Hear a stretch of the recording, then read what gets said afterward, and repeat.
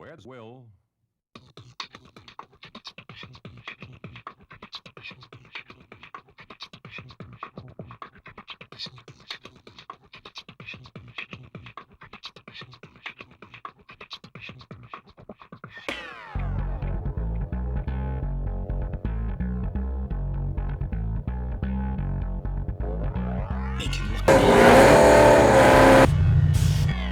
This is Chris Parisi Racing. That's what you get when you're the champion. Hi, I'm Laura Michelle Cleary, and I'm here at the ATCO Raceway in New Jersey, where drivers come to compete from all over the country. One of the competitors is defending champion Chris Parisi. Chris is the National Mustang Racing Association Super Stang World Champion. The last couple of years I've been traveling and doing really well. I've actually won a championship each year the last 4 years in different classes and different sanctions. So I'm just trying to keep the streak rolling. He needed to park his six-cylinder and get in a fast car and see how he does. Yeah. So now he has to prove to the rest of the racing community that he's good in a fast car. That's right, we're going to. This year, JDM Engineering came up with this Roush car. It was a Celine for the first two events, but we just converted everything over to Roush, and that's what I'm going to be running for the rest of the year. A 10-second ride compared to last year was running a 15-second ride. It's not who's the fastest is going to win, it's who can get the closest to their dial in and beat the other car to the finish line.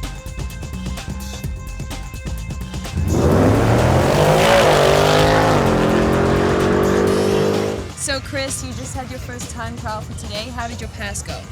It went pretty good. I had a really decent reaction time. I had a 0.22 light, which is 0.022 of a second from after the green light came on. 0.000 is a perfect light, so it's hard to get a double zero, but I was pretty close. An 0.22 will win some rounds, and it ran a 10.52 at 131 miles per hour, so that was a little bit quicker than yesterday's qualifier. So the car is running really good, nice and strong.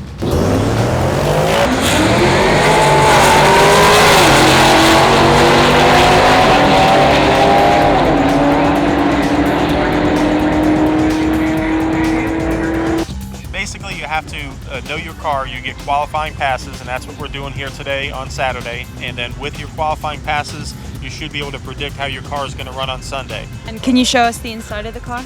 Sure. Inside we have the swing out roll bar here. Basically it can drive, like a normal everyday street car, and you can take it out to the track and run 10 seconds with it, which is pretty much a blast, going 130 miles per hour in a quarter mile, which is about the distance it takes to get on a highway. Chris, can I sit in the car? Of course you can sit in the car. Yeah. Sick. Oh!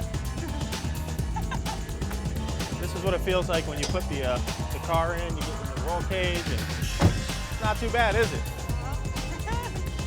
Yeah. I can see myself in this car driving along.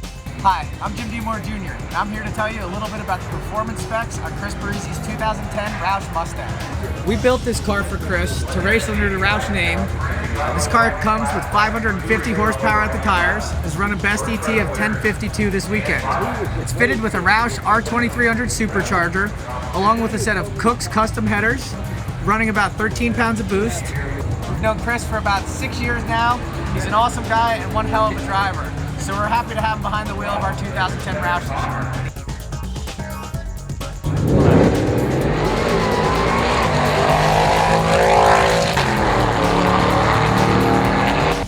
So Chris, you just got back from your last qualifying pass today. How did it go? It went really good. The last two passes I made were really consistent. I ran a 1048 in the quarter mile at about 131, and then I ran a 1049 at 131 also. So the more consistent you are during qualifying gives me a good gauge on what I need to dial in for tomorrow. So the car's running good, I'm feeling good. Good reaction times all weekend so far. So first round tomorrow can't come soon enough. I'm looking forward to it. Good luck. Thank you.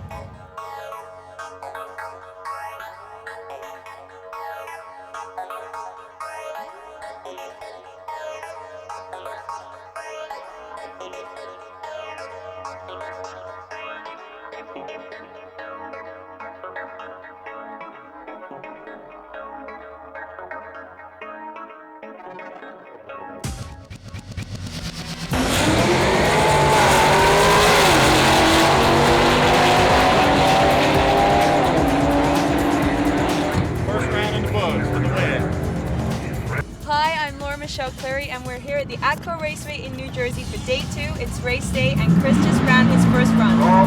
Chris, how did it go? Well, first round's always the hardest, but I took him out. First round, I had a better reaction time like I was talking about. The reaction time usually wins. I predicted a 10:49 in my car, and the guy next to me predicted an 11:60. Now, sometimes people see the numbers at the finish line after we cross the finish line and think, wow, the other car may have run closer to their dial-in. Maybe he ran, which he did, he ran a 11:65 on an 11:60 predicted time, so he was only 0.05 of a second off of his time, and I ran a 10:80 on my 10:49 dial-in. The reason why I still won the race is I had a much better reaction time at the starting line, and you have to combine the two to get the winner of the race. So the winner of the race this time wasn't because the car ran more consistent, it was because the driver, which I was the lucky driver that time, had the better reaction time. So who do you have to run next round? Well, what they do is they take everybody's time that they ran in first round, and whoever got closest to their elapsed time, they're going to set up a ladder qualifying everybody that's left in the race. I'm real happy. I'm not going home yet. I want to go home at the end of the day when it's all done and I'm the winner.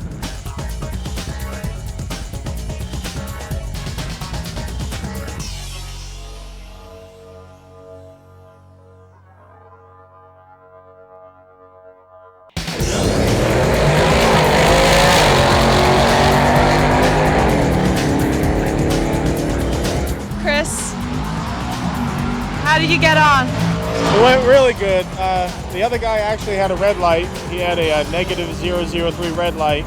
I launched, had a decent light, a 0.25 reaction time, and I ran the car out because once he fouls and gets a red light, I have a free pass basically. So when I saw my win light pop on, I just ran it all the way out, and I ran a 10:41 on a 10:49 predicted dial-in. So I went a little bit quicker, which isn't too bad. The air temperature this afternoon is a little bit better than yesterday. So we're going to probably add a little bit of weight in it when it comes to the next round. So 2 rounds down and 3 rounds to go. Well done.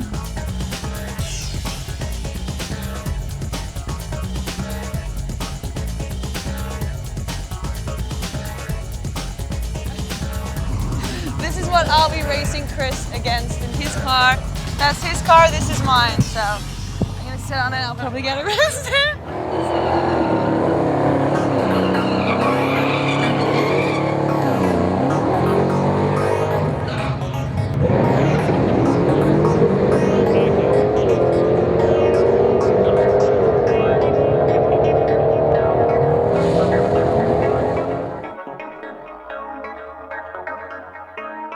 Well, not good news when you lose, but I just the car slowed down a little bit because the heat, and we didn't take enough weight out. We actually put a little weight in because it ran quicker the round before. So decision made, and have to live with it. That's it. You know, we'll try to take them out the next race up in Michigan next month. Yeah. So kind of lick our wounds and go home and come back and try to take them out next time. Can you tell us a bit about what happened? What was the reason why? Well, the car ran a 1.53 second 60-foot time the previous round, and then this round it ran 1.60 60-foot time, so that was a difference of about 0.08 of a second, or actually, yeah, 0.08 of a second in the 60-foot. And when you the car is a little bit slower in a 60-foot, it's going to extrapolate out at the finish line and make your car go a little bit slower. So I had a 10:49 dial in and ran a 10:56, which wasn't good enough to catch him. He dialed 11:13 and ran an 11:13, so I had a better reaction time. I had the 031 light to his 073 light, but his car ran dead on, and I just didn't have enough in there to catch him. So I added a little bit of weight to the car, thinking it was going to go quicker, and it actually went a little bit slower. So made a mistake.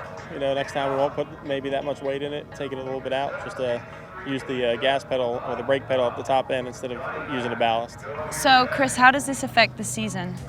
Well, this is only the second race for points. There's 2 more points races before the race for the ring, and there's still enough time to catch them. It's still early in the season, so 2 more regular points race, and then they tighten everybody up, like I said, and then there'll be a race for the ring where everybody will be separated by about 100 points if you're in the top 10. So I still have a chance to catch them. So you're still the champ?